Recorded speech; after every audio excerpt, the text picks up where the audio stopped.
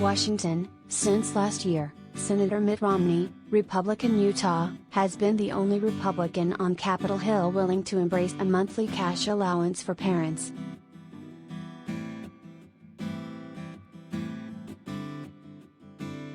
Now he's got two conservative colleagues, Senator Steve Daines, Montana, and Richard Burr, NC, co-sponsoring his Family Security Act, a bill that would pay parents as much as $350 a month per child.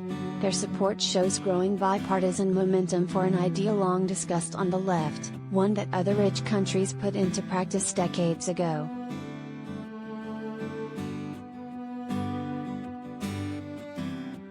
Romney's bill is broadly similar to the monthly child tax credit payments Democrats put in place for 6 months last year but failed to continue after Senator Joe Manchin, D.W. Virginia, refused to support an extension.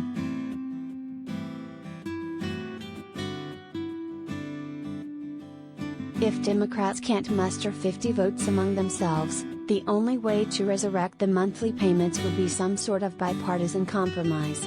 Now that Romney has won over 2 more Republicans, the bipartisan path looks a little more plausible.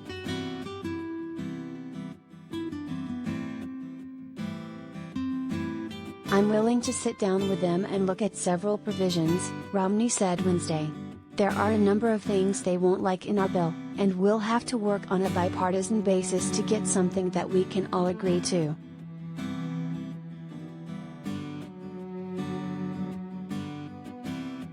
A key difference between the Republican bill and what Democrats did last year is that Republicans would deny payments to parents with zero income.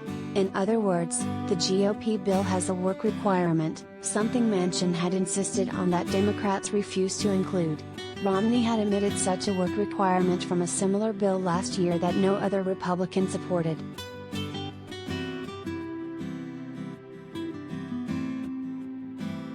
Allowing the poorest parents to receive payments last year was a top priority for Democrats because that's how the payments slashed child poverty by nearly 30%. Romney's bill would allow low earners to receive only partial benefits, meaning it would cut child poverty by only 12.6%, according to an analysis by the Niskanen Center.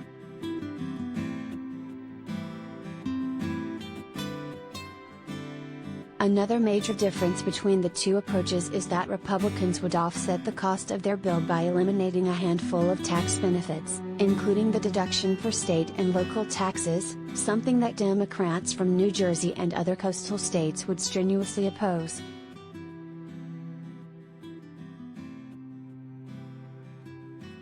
Still, Democrats said they were heartened by Romney's bill.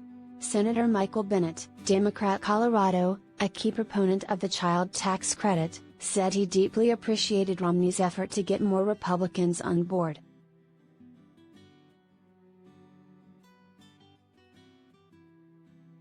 "While we have clear policy differences, one thing is certain: we can't continue to allow 11 kids to live in poverty in the wealthiest nation in the world," Bennet tweeted.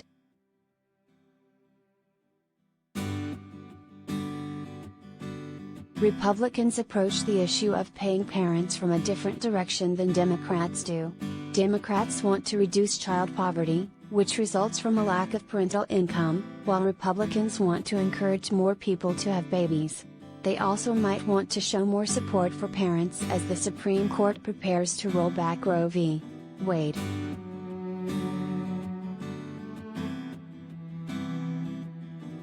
Romney touted support for his bill from anti-abortion groups like Susan B. Anthony, Pro-Life America, and National Right to Life. His bill would allow expectant mothers to begin claiming the monthly benefits.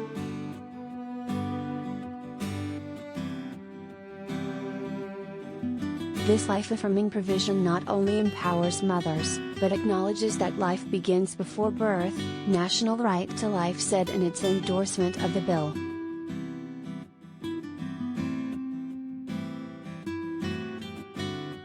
Bennet and Romney have told HuffPost in recent weeks that they've been having informal conversations about the child benefit, but Romney said he can't really negotiate with Democrats until they quit negotiating among themselves about their previous vehicle for the policy, a doomed bill known as the Build Back Better Act.